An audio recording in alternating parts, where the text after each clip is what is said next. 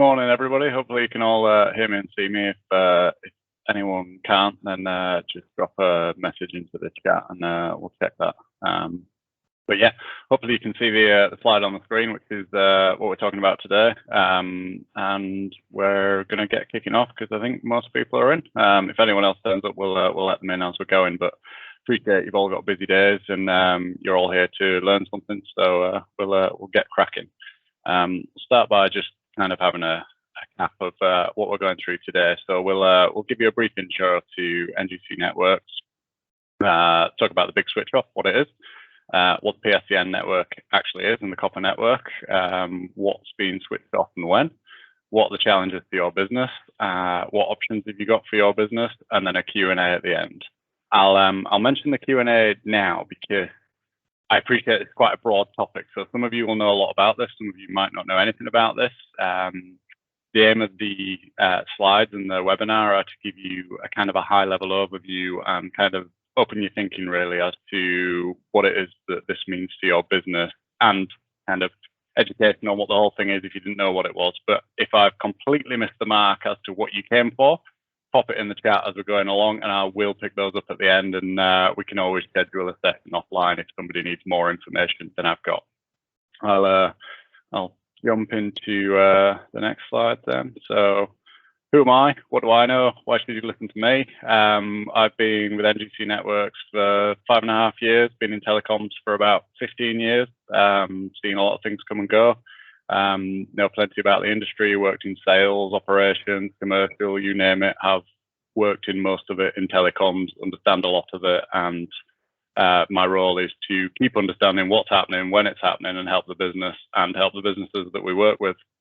In the last few years, I worked on an MBA research project with Leeds Beckett University to look at the UK telecoms industry. So I've spent a lot of time reading boring white papers in industry press and things like that about what works, what doesn't, what's coming, and what we can all do about it. So hopefully that means that you should understand that I know what I'm talking about. Here are NGC Networks. Well, NGC Networks were originally founded in 1999. We are based in Wakefield, West Yorkshire, and we do telecommunications services for businesses primarily. I will nip on to the next bit, which is that's kind of our message: simplifying communication so that you can get on with growing your business. Everybody's busy. Everybody's got your own business to do. Whether you're running a manufacturing company, an insurance company, a recruitment business, your interest is not telecoms. Your interest is how do your customers communicate with you? How do you communicate with your customers? What's the right way to do it? What's the most efficient way to do it? And not your job, just like our job is not insurance. We would come and speak to an insurance company if we needed that. So we are here to help everybody. The aim of the webinar is to give you some good information, maybe open some conversations up if you need to know more. Just a brief kind of intro to what we do. So business telephony, public, private, hybrid, cloud. Everybody talks about cloud. It's I like the old phrase that it's not the cloud, it's someone else's server, which is true, but doesn't mean it's any less secure than what's in the office. Customer contact center solutions, which is what I was just talking about. So that's been a big thing over the last 18 months. The pandemic has definitely changed how we communicate with each other, how customers want to communicate with us. We're all seeing millennials. I do just fall into that category now. I'm getting older, who don't want to talk to people often. So they want to send a Facebook Messenger or a WhatsApp message, and they expect that you're going to reply to it. And if you don't reply to it, then they'll go somewhere else. So there's a massive thing that we've been doing over the last few years, 18 months, but it's been in the industry for a long time. The pandemic's just accelerated the change in that direction. We do business-to-business mobile phones, audio and conferencing solutions. So that's become a big one again. So we all like having a, in inverted commas, huddle room in the office where you can have a meeting and have several people in there talking to people like yourselves on the other end. I won't bore you with the rest. The bottom one is the interesting one at the moment, which is Microsoft Teams. Lots of people want to integrate that into everything they do. I'm running a webinar next Tuesday just to talk about the options that are available for business on that. What works, what doesn't, what works for your business, because it's not all the same, it's not all cheap, and there's quite a lot to understand. So if you want to register for that, you are more than welcome. I'm just going to mention now, all the slides have kids playing with telecoms things and rockets and all sorts in the background. That is our marketing brand.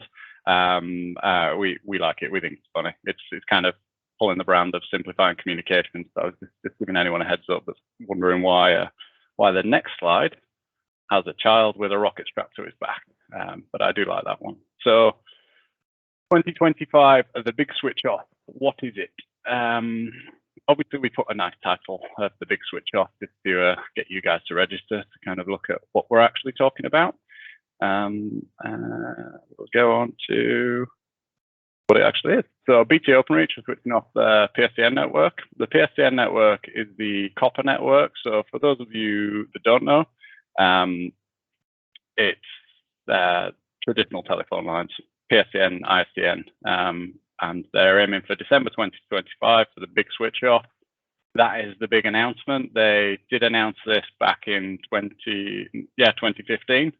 So they gave 10 years notice that we were doing it. Everyone sat back and said, yeah, we'll wait. We're still all waiting. It is going to happen, which is why I'm going to share with you some more information on this. Why are they switching it off? We will dip into in a couple of slides' time. So I've put this one. If it's such a big deal, why haven't we heard much about it? It's a great question. But some of you have probably heard a lot about it because our industry is full of people that like to spread. I don't want to say misinformation, but I'm saying misinformation about what's happening and when. So I've witnessed it. I've been on the receiving end of phone calls where people are saying your telephone lines are getting switched off this year. You must switch to this now. We can do it for you. And yes. Yeah, it's not true. December 2025 is when it's getting switched off. In a couple of slides' time, I'll take you through a timeline of what they're doing and when. The great question as to why are we not seeing any official information about it is one that we pose to Openreach and Ofcom quite often. So I sit on quite a lot of industry regulatory calls with Ofcom and Openreach, which you can probably imagine 3 hours of that are very interesting.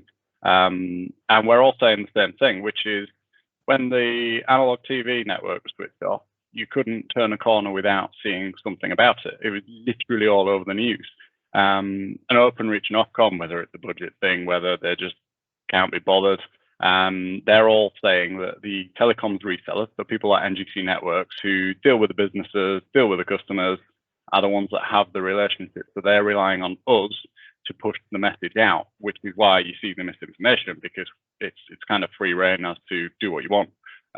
But please be honest. So we all know what salespeople like to winning deals. So we do see that quite often. But yeah, so as the time draws closer, I would imagine they will realize they've got several 100 million lines that they need to transfer. So they may start putting the message through to set minds at rest. Openreach have been engaging with Ofcom and industry bodies in different industries, so alarm companies, critical care services, so your people in houses with the red buttons that they press for alert, they rely on the old technology. So these conversations have been going on since 2015 to make sure that these services, the critical services, will keep running. So there's probably not much to worry about on there. If you do have concerns or customers in those areas and you're worried, then it's worth speaking to the manufacturers of the equipment, because they should be speaking to Openreach and Ofcom, and Openreach have opened labs so people can test things like that. So hopefully that should set people's minds at rest on that. So what is the PSTN and copper network? In simple terms, it's analog lines, which is your traditional phone lines that most of us have got in our houses. If you're lucky and you've got fibre, then good for you. I still haven't. But the ISDN lines, which is what a lot of businesses run on, ADSL is traditional broadband internet, which many of us had in our homes, may still have in our homes. FTTP, which is fibre to the cabinet, is the newer version of ADSL. So it's a hybrid of fibre and copper. So fibre runs to a box in the street, and you'll see your green streets with your super connected city signs on, which are a few years old now. And then there's a copper line from there to your house. So same technology as ADSL, but there's some fibre involved as well. EFM. Some of you might have an EFM, might have seen it in the past. It's called Ethernet First Mile. So Ethernet first mile is it's an older copper technology where you basically bundle a bunch of telephone lines together to provide a dedicated internet speed for a business. It was popular when there wasn't much else available, but the speeds are slow. It does offer a dedicated connection. It's still copper. It's still unreliable. And yeah, that's in the bag that's getting switched off as well. I know I sound like I'm moaning about technologies that some people may or may not have, but I'm just explaining what's out there, what's getting switched off. December 2025. So why are BT retiring it? Is a question that some of you might ask. They might be sitting there saying, well, I like my ADSL broadband, I like my AFM, why are BT switching it off?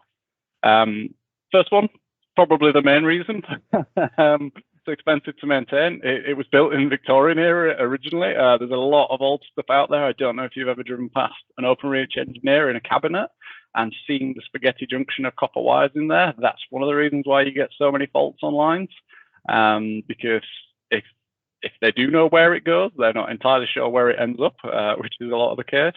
It's slow, so the older technologies are slow compared to the newer technologies. It's unreliable, as I've just mentioned. So copper, without getting techie nerdy for anyone that doesn't know, is essentially it's an electrical current sending a signal down a line, and anyone that's ever worked with electricity knows electricity leaks. So the longer a line, the more it leaks. When the weather changes, it leaks. When a truck drives by, it leaks. When people turn the Christmas lights on, it leaks.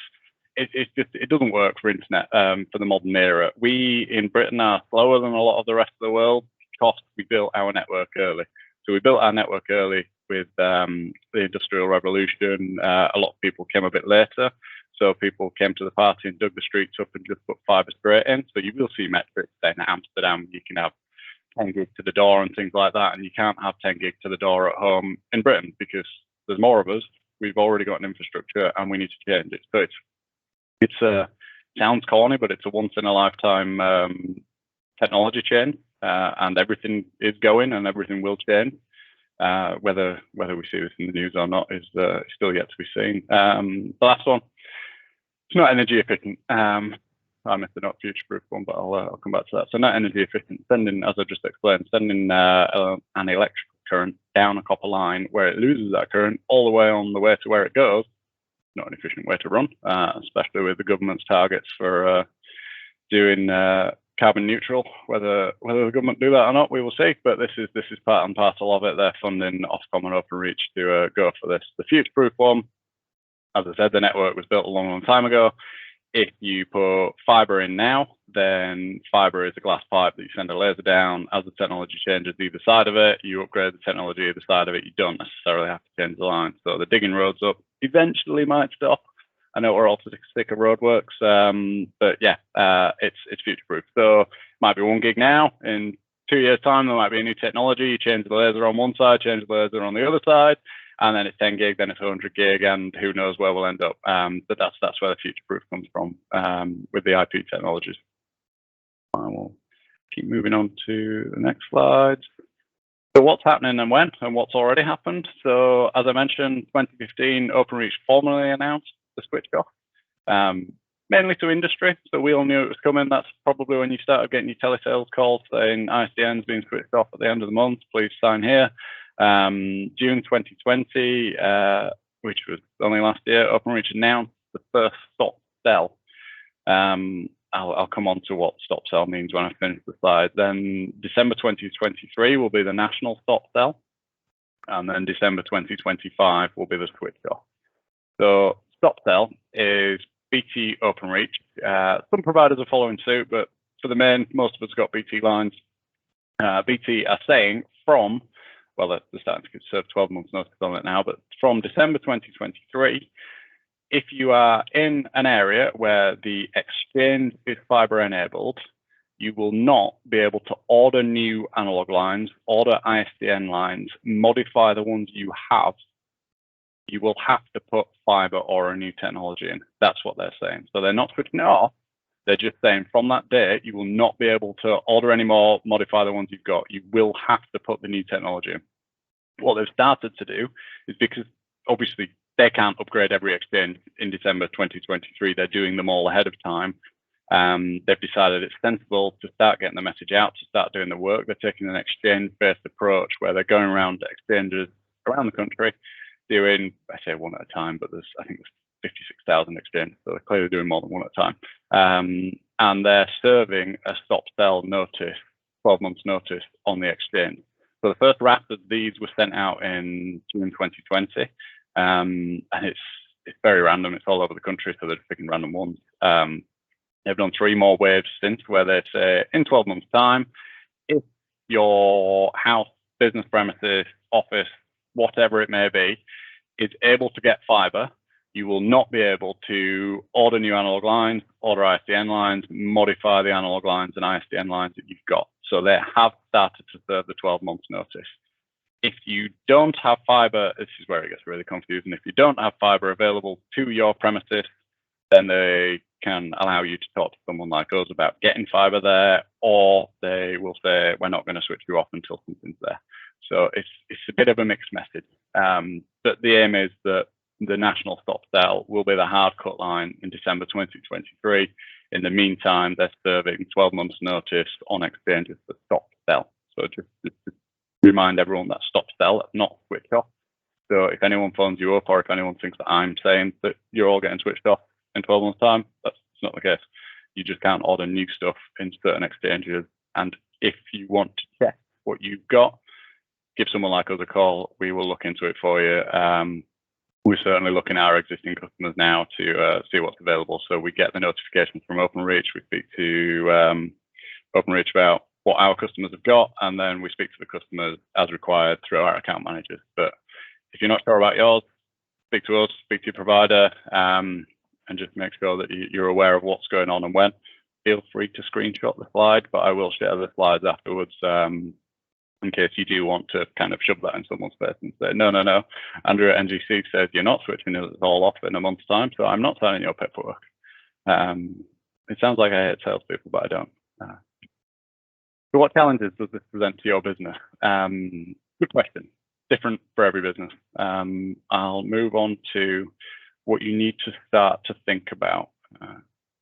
So the first one on that, apologies if these have gone a bit small, they weren't that small, but first thing on your list is an audit. So someone like us can help you do the audit. We can sit down, go through your bills, site, walk around the site. What services have you got? Where are they? What are they doing? Do you even need them? We work with many businesses where we go through the bills and say, right, what does this phone line do? And they're like, don't know what that phone line does. What does this phone line do? Don't know what that phone line does. You end up going to site and finding lots of PSTN lines that were installed 10 years ago. Nobody knows what they do. No one dare switch them off. So you start running tests, figure out if they're not used, and you can save people hundreds of pounds a month on their phone bill just by cleaning up what's already there. So it's a good exercise to do anyway. You need to look at the existing services on there, and I've put e.g. power requirements. That's a really important one. As I mentioned, the third-party manufacturers are supposed to be working with Openreach on this. So essentially, I'll use lift lines as an example. I'm sure there are people on the call that have lifts in premises or put lifts in premises and want to understand what's happening with those. Historically, a lift, and there's lots of health and safety regulations about it, I'm sure people know more than I do, so I won't go into too much detail, has to have a line that is not reliant on the power of the building to get access out of the lift if someone is trapped. As I've just explained, there will be no power going down these lines because it will be a fiber cable in it, which means if power is lost locally on site, the power is lost to that line. Openreach's stance on it is, yes, we're sympathetic. It's not our problem. Every one of these companies has been using an unregulated, and I love the way they say it, an unregulated power supply. We're not regulated by Ofgem, which was an interesting way of saying we're not responsible. It is the manufacturer that is responsible to work with the person who's putting the lift in, for example, as to what can work with it and what can't, and the power requirements. So without boring people, different lift manufacturers are on different calls, and they were saying some lift lines rely on a signal based on the power going up and down as to what they need to do back at the office, whether they phone an emergency for a fire alarm, for example, and it's very, very confusing stuff. So look at the products you've got, speak to your manufacturers, anywhere where you've got lines. Someone like us can sit there and say, right, what does that do? Right, that one's in a lift, that one's a fire alarm.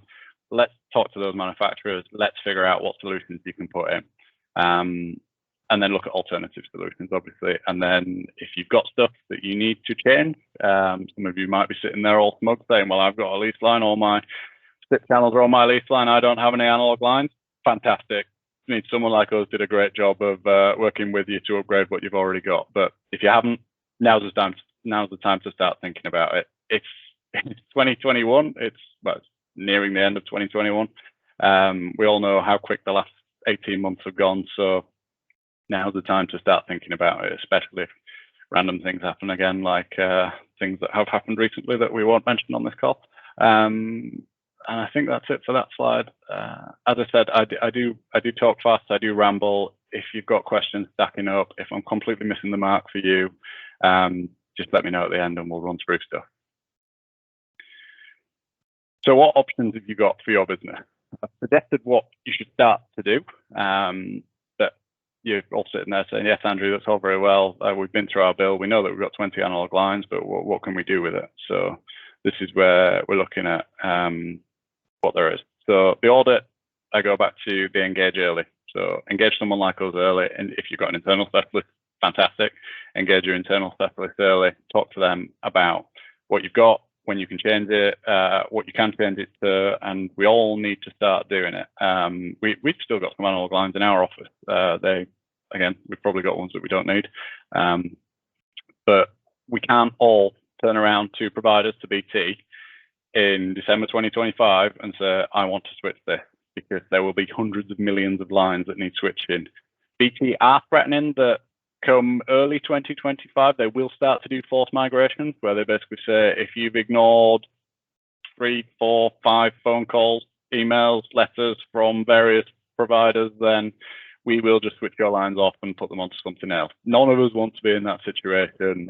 We will certainly, as a company, be speaking to all our customers to make sure none of our customers are in that situation, and we will be there to help anyone that does find themselves high and dry in those situations. So what can you put in? So a lot of you will have dedicated fiber lease lines already. They've been around for a long time. Great. As I mentioned, you can put SIP lines, VoIP lines on those, and essentially you don't need the rest of the lines anyway. FTTP is fiber to the premises. So it's very similar to FTTC, which is the broadband we're all used to at home, but it's just fiber all the way. It's not half copper and half fiber, it's just fiber all the way. Pretty much the same price as FTTC. So if it's available, get it now. That's kind of what we're saying to our customers. And crack on with that. You can get higher speeds, but it is still a broadband product. So if you run in, let's say, a team of graphic designers in an office, or you're running, I don't know, 100 feet insurance contact center where your lines need to be on all the time, it's not the product for you. You need to put in a dedicated lease line and put in a backup. You could maybe put in an FTTP backup for that to make sure that you're never offline. Cellular and IoT, so 4G, 5G. Speeds on that are phenomenal at the moment. 5G, where it's available, is very low latency as well, without getting into technical jargon, but that just means that you can run, manufacturing is a great one for that. So when machines are speaking to machines, they need low latency. When one machine tells another machine to do something, it can't wait for that machine to respond. It needs to be 0.2 milliseconds, for example. It can't be a second or two to get a response, because you could be having lines running that shouldn't be running, or you could have cans passing into a machine that's not ready for the cans. So just picking random things, because I know a friend that runs lines at Coca-Cola. BT will have transitional products. It's a bit loose, is this one. They still haven't launched them all. So some of you may have seen us talking about it. SOGEA is how that's pronounced, not SOGI, for anyone that's saying SOGI, although it does sound funny. So SOGEA is essentially, it is an FTTC, but BT are changing it and you lose the phone line. So you may have had your existing provider talk to you about at the moment. For example, I know at home, EE came to me and said, do you need your phone number? And I said, no, I don't even have a phone. So they switched me on to SOGEA. They didn't tell me that's what they were doing, but that's what they were doing. And it basically just becomes a line. It becomes an internet connection. You lose the phone number. They can give you a virtual phone number. We could give you a virtual phone number. Essentially, where fiber isn't available, and that is, you can have that put in the interim. BT are bringing out some other very low bandwidth products as well to fit a market. If you hear anyone mentioning SOTAP, we're all still waiting 6 years after BT announced it to see what that product is and where it's going to be, but it is supposed to be a very low bandwidth product that can sit in a shed and tell a railway signal that it's going somewhere, for example, without really costing anyone any money. It's a really bad example, but you kind of know where I was aiming at with that. And then the IoT stuff is machine to machine. So anywhere where anything needs to talk to anything else. A remote location, we had someone contact us about a wind farm. Clearly, broadband is not available at wind farms. They needed cellular IoT solar powered for all the windmills to talk to each other and back to base to do service schedules and everything like that. So it's everything talks to everything else these days. And having it mobile is often better than having a fixed line put in, and cheaper sometimes. So I think I've covered most of what I wanted to cover. So what I will leave you with is how much of your communication is worth to your business. Planning is crucial. Doing something early is crucial. You'll know with your business that everyone's a busy fool. We're all stuck in the day job. You do not want your telecoms, your internet to be switched off. You don't want someone to force you onto something you don't need. You want to make sure you choose a strategy, work with someone, consultant, someone like NGC, to pick the right strategy for your business to make sure that you do not lose anything. Do you know how much it's worth to your business if you don't have an internet connection for a day, 2 days? With the old technologies, I'm sure you've had them where it doesn't seem like you need a backup, but when you need a backup, you need a backup. You'll scream and shout at someone on the other side of the phone because you need your internet to be back on. If it gets to a point where technology has been switched off, you don't want to be on the back foot there. That's not where you want to be. You want to be running your business, doing what you do, making money, having fun, not worrying about whether your internet's connected or whether your phone lines are connected. Your customers need to contact you. You need to contact your customers. You need to contact your suppliers. So this is me saying, do something about it. Lots of people are talking about it, have been talking about it. Hopefully I've given you some good messaging around what you should and shouldn't be doing, what is happening, what isn't happening. I didn't go very technical. Some people might say, yes, you did, Andrew. I tried not to go very technical because of the audiences. You're probably all busy running businesses. You don't need me talking about how various technologies work. If you do want to have a call with me to discuss how various technologies work, or any one of our consultants, my contact details are on the end slides, and just get in touch. We'll probably follow up just to see what you thought of the call afterwards, see how you felt, if there's anything we did miss, if you didn't want to ask questions at the time, and just share the slides with you. So if we do call you, it's just to see how you got on and see if we can help anymore. I will put that there. I really like something free. I can't really give you a free trial of anything because there's nothing to trial.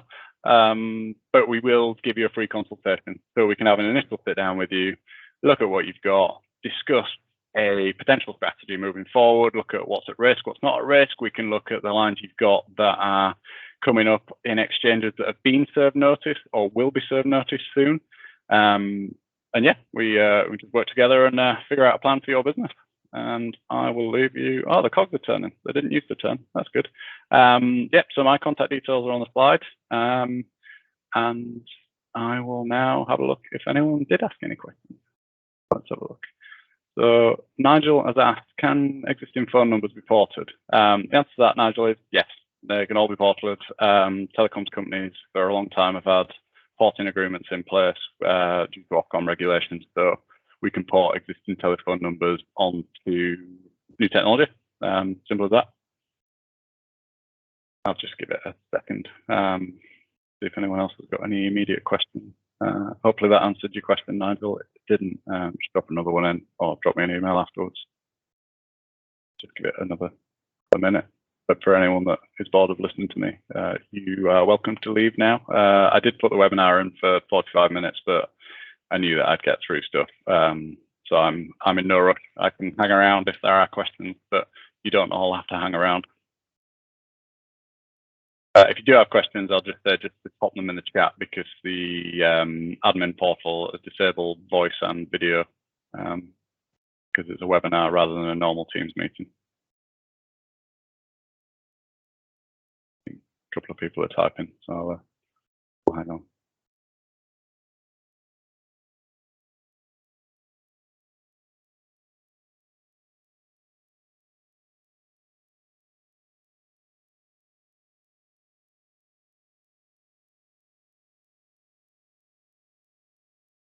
If anyone hears any random banging, my Labradoodle has just decided that she's getting out of bed and walking around, so apologies for that.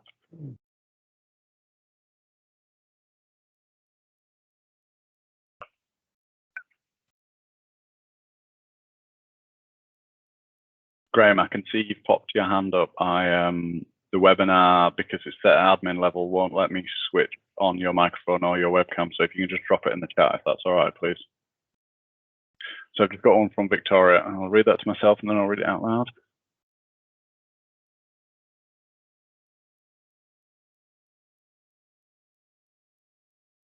Great question, Victoria. So we are a City Fibre partner. We were a City Fibre launch partner. We helped them build the Wakefield network and launch that.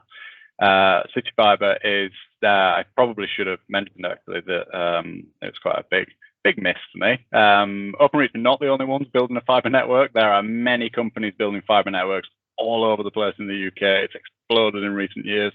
City Fibre are probably the number 2 contender to Openreach now. They will call themselves not a contender, but the new boys on the block, because they can offer better speeds, and they say there's no copper in their network, which there isn't because they've just built it.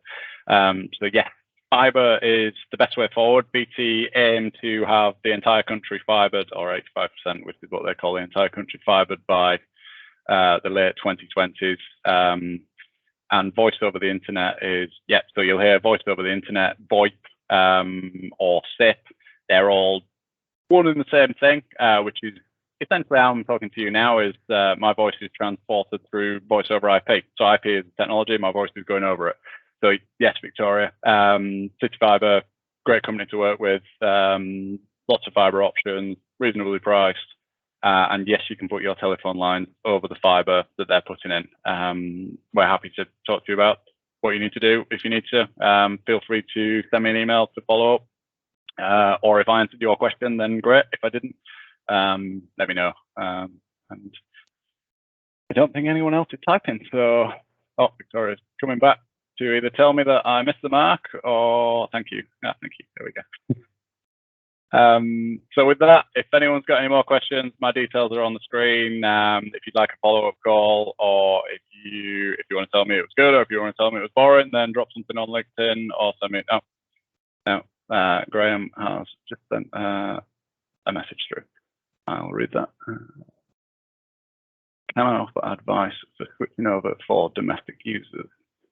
The good news, Graham, is that domestic users are being looked after generally by the big boys. So your BT, your EE, who are the ones that are the same company, they're switching the network off. So they are contacting people like crazy to install things as it's available. So as soon as fibre to the cabinet, fibre to the premise is available, they will be banging on your door. If you'd like an offline chat about what you as a trustee should be saying to them and pushing them maybe to make sure that none of your patrons end up in a sticky situation, then give me a call, drop me an email, and we can have half an hour where I can just give you some free advice on what I would say if I was in your situation.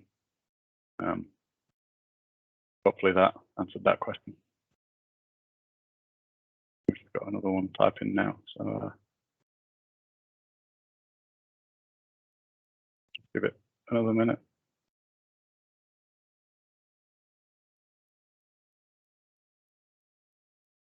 I'm glad that was the right answer, Graham.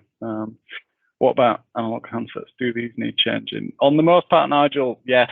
There are technologies, ATAs, analog terminal adapters, that you can plug into devices. A lot of things now. So if something's provisioned in your house and it's a fibre to the premise, for example, the router should be able to take a VoIP phone into it, for example.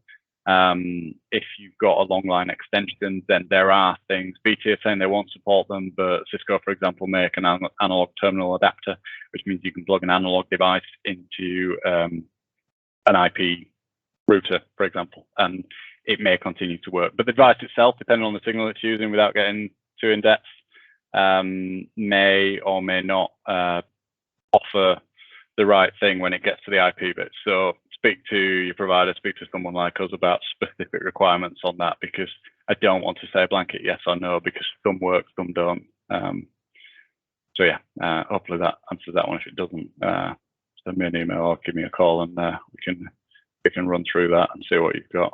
I might have to get someone more technical involved because I'm not an engineer. With that, I'm going to wrap up. My details have been on the screen for the last few minutes, so if anyone does need me, let me know. As I say, we'll probably follow up with a phone call just to check what you thought of the webinar, see if there's anything we can help with. And that's it. So yeah, I hope you all enjoy the Leeds Digital Festival. Have a great week, have a great day, and thanks for watching.